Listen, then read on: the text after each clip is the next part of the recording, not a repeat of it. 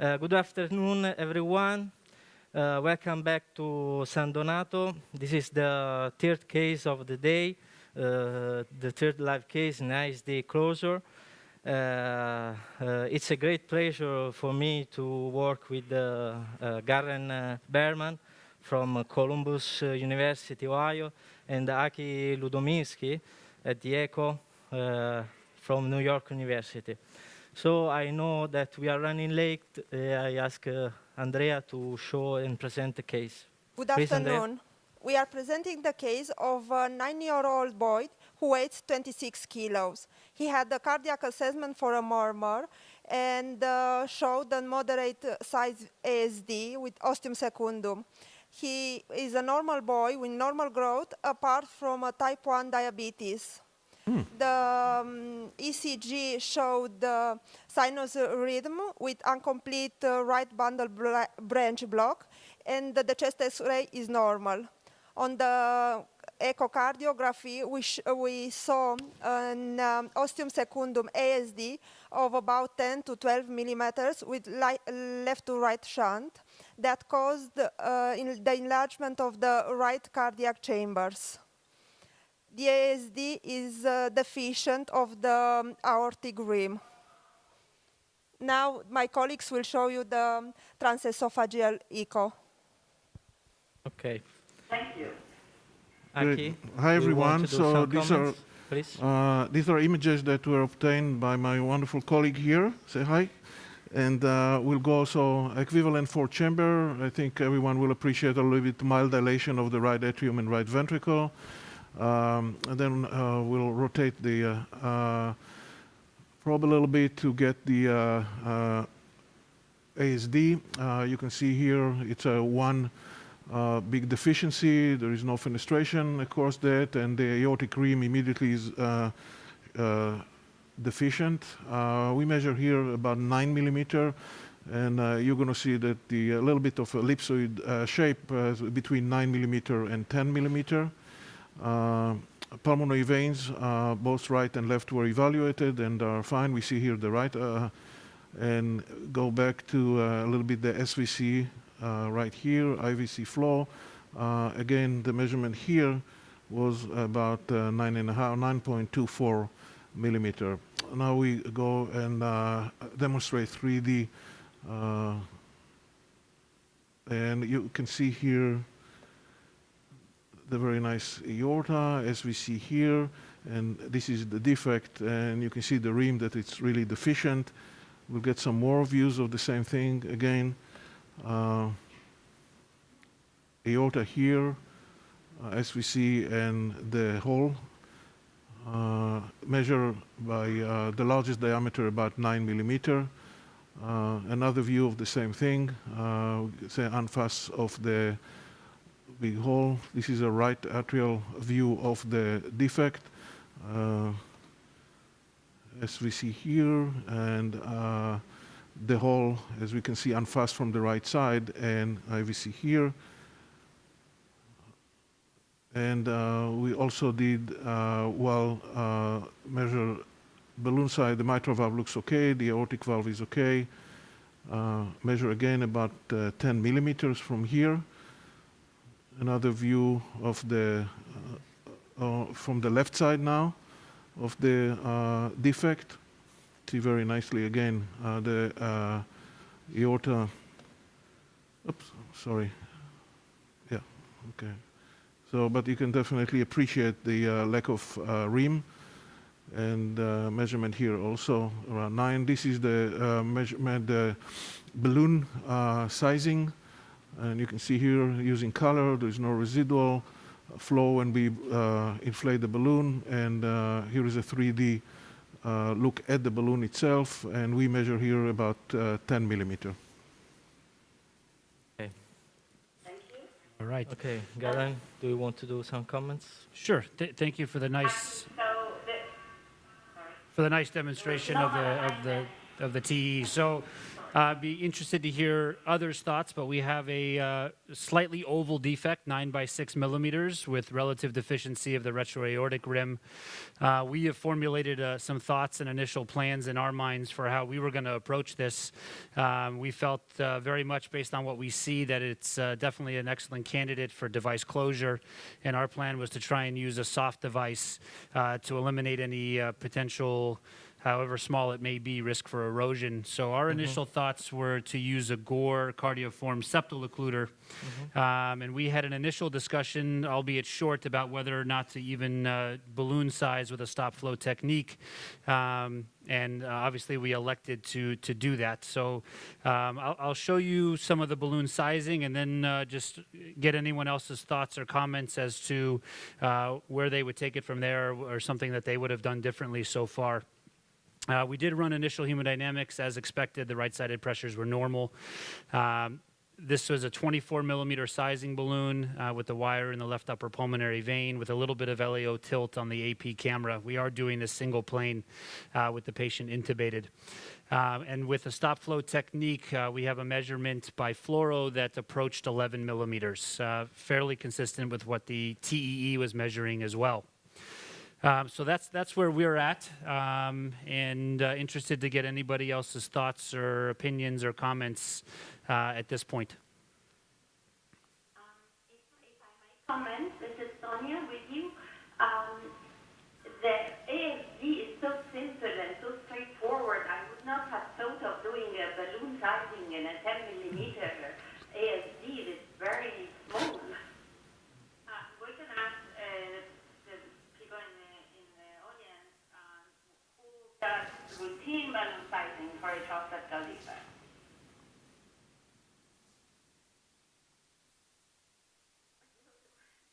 Yeah, most people do balloon sizing, Sure. and I do think that sometimes you do get surprises. So I think it's still worthwhile, but We completely agree. We had that same discussion. We felt we could have gone either way on this case. Our thoughts are to use a Gore cardioform septal occluder, and with a defect that was measuring 10 millimeters and partial deficiency of the retroaortic rim, we were going to choose a 25 millimeter device based on even the static size of the hole. So we felt like balloon sizing was not really going to change our initial thoughts unless we ran into one of those rare surprises. So we elected to balloon size just to make sure we didn't get caught up with any funny surprises. But that's where we stand with the measurement of 11 millimeters, 1.8 or 2 to 1 in terms of the sizing of this device, puts us between a 20 and a 25 millimeter device. And given the deficiency of the retroaortic rim, we thought we would err on the side of going slightly higher with a 25 device that will easily fit inside of both these atria in terms of the atrial septal length. And I don't even think that's oversizing, but I don't think that puts the patient at any risk with this device for even having to think about erosion. Okay, we are running it, so Okay, we can show the device. We've unpackaged the 25. We're just going to prep it and get it ready. For those that may not be familiar with the device, again, it's a symmetric device. It's a non-self-centering device that we have flushed already. It comes with a blue catheter, blue delivery catheter with a gray catheter inside of that, and a handle here that allows us to load the device. So we're going to slowly load the right atrial disc into the delivery catheter, and then the left atrial disc. With that, there's usually some air bubbles that are caught up on the device, so we're going to give it another flush to get any other residual bubbles that may be there. I'm going to do that one more time.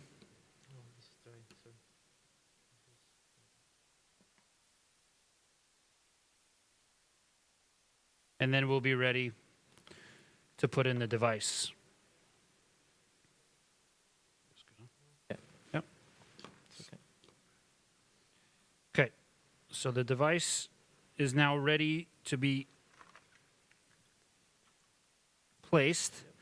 We're going to bring that here. The device can be placed over a wire or not over a wire. It requires an 11 French sheath. We use the Terumo Pinnacle 11 French sheath. If you're not using that, it requires a 12, but we really like these sheaths, as I think many people in the audience do as well. If you can have one on the hands here for the wire, it's very similar to a multi-track system where the wire comes right out the side.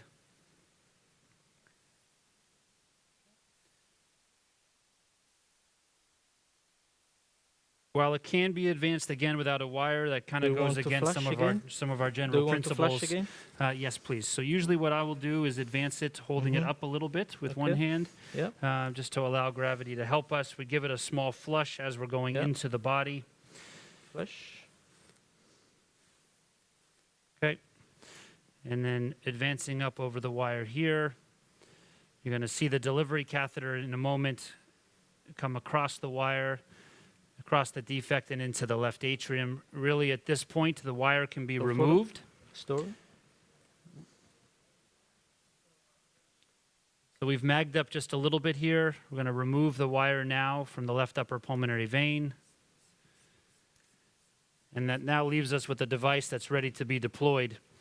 We're going to have hopefully one of your Una sulle mani. screens will be on my hand camera. so we can see the Camera formation of the on device. hands of Darren, please. camera. Oftentimes, the TE probe overlaps the formation of the LA disc, but we'll do our best to show the LA disc being formed under fluoro. Can you see the hands of Darren in the? No, we can't. No. We can't. We have to see the hand of There we Darren, go. please. Okay. Okay. So you Can you see now? Okay. Yes, Perfect. we can. You can Okay. see the delivery handle here, which allows to form the LA disc, the center part, and then the RA disc. I think an important point is as the LA disc is formed, it acts fairly much as a spear with the tip of a relatively sharp tip of the LA eyelet heading towards the back of the left atrium. So you just need to be conscious of that as we form that. So under fluoro now, we're going to form the LA disc. Again, the TE probe tends to just overlap where it's going to come out, so you just have to try to look through it. I can move it back. Yeah, so if you want to just pull the TE probe up for just a moment, just to demonstrate how that is right now acting as a spear, continuing to go towards the back of the left atrium. So I make a conscious effort to at the same time, pull the device back towards the atrial septum as that LA disc is being formed. All right, if you want to bring the TE probe back, you'll see a second point come out here, which now really should coincide with the LA disc being formed there. So we'll now look by TE. We probably have a little bit of room to pull that device back towards the atrial septum.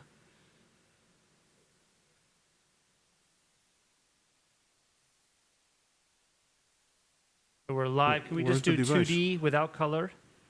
Where's the device? 45-degree, please. And if you can show the aorta, because I we want to think make you sure are- we catch that. I think you are right answer. Yeah, I think So, it's come yeah. back already, just Yeah. as we were waiting. So I'm just Yeah. going to recollect a Maybe little phone- bit of that phone RA, device. the LA disc. Huh? And with it still pointing like that, see if it will advance. Did we get across the defect there? Yes. Yes.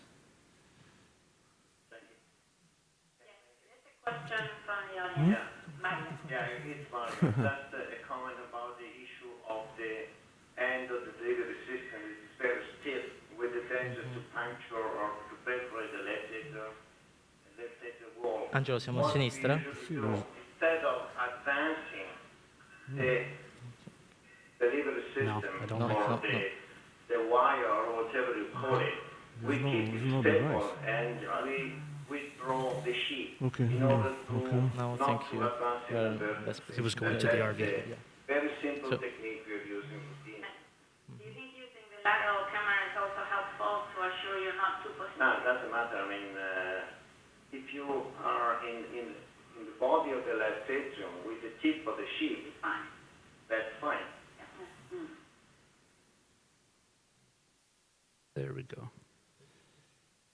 So we have reformed the LA disc here. No. No, it did the same thing again. Yeah. We are perpendicular to the atrial septum. So This I think happens sometimes. We're going to, with the deficiency of On the the left side, retroaortic you know. rim, the trick here is to put some clockwise rotation Yeah. to move away from that aorta. And I have a feeling that okay, should okay. be better. Looks a little bit better. We'll take I a look don't at a couple of other views. And now we're going to form the RA disc. And let's have a look at okay, that. store it. So this device has the similar problems with deficiency of the retroaortic rim, where it's easy for the LA disc to slip off and fall into the RA during deployment. And the technique with the Gore devices is really clockwise rotation to try and move, again, the device away from that anterior portion of the aorta. So we're looking now with the device fully deployed. We have not locked it and not released it. It's a two-step release, and we tend to evaluate now to make sure And that then we've the got device the will right do amount of disc on like each that side. once Yeah. it's, So the SVC there, I think, looks good. If you can just focus for a moment on Yeah. the retroaortic area to make sure there's no Yeah. residual shunt there, and it looks like we've captured that. Yep. Yeah. So I like it. Do you like it? Yeah, I like it. Yeah. I want to be sure that the posterior rim, yes, is I think we're fine. I think the device will take a little Yeah. turn there once is a you lot really. of tension. So I'll just ask anyone, Yeah. does anyone have any concerns now before we lock it? The device tends to have a fair amount of tension on it, and Yep. with the Yeah. lock, rotates quite a bit. Yeah, So I'm anticipating that, but based on what I see here, I like it. yeah, I like it. Okay. So Now I like it. So I think we should lock it. And I tend to do this under a digital acquisition. And again, on my hands, it's really pinning the handle itself. The red button here and this gray button here are being pulled back towards your right hand to lock the device. And so we'll do that under a cine acquisition here and lock the device. Yeah, that's okay. That looks better.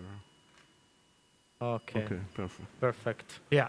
And you Yeah. can see that degree of rotation that happens. You can see the right atrial islet release from inside the gray delivery catheter, telling us that it is fully locked. I tend to move my camera now a little bit more LAO to try and show the LA and RA discs. So our TE team will have to watch out because that's going to come towards them. Hello. But you'll see here as we move a little bit more LAO, it tends to kind of line up the LA and RA discs a little bit better. So you can see how much flatter the device lies by TEE after you lock it. The device is still completely retrievable at this point. We have not fully released it. The SVC and IVC flow looks great there. Yeah. And again, I took my eye off TE for a moment. If I can just make sure the retroaortic area looks good. It looks fine. Looks very good. Okay. Good, Shall we Darren. take the final step? Yeah. All right, so the final step to release, if we look here, is turning this red button up and off. And then it's sort of a long piece Perfect. of Ooh, beautiful. string that we're going to take off under fluoro here. Wonderful. This string loops through the gray delivery catheter and through the right atrial islet as one final safety mechanism to retrieve the device. Once that's fully out, the device is free, and then you pull the delivery catheter back, and the device is now fully released. Yeah, it's going to be even better. Oh, that's very nice. It looks very nice. Thank you. So we're now looking at TE images. We have to go to Munich. Yep. Munich ready? Very straightforward, very nice technique. We can have a little bit of a discussion. Okay. So- Munich is ready, so we have to switch to Munich. Okay, thank All you. right. See you later. Thank you, Mario, and everyone.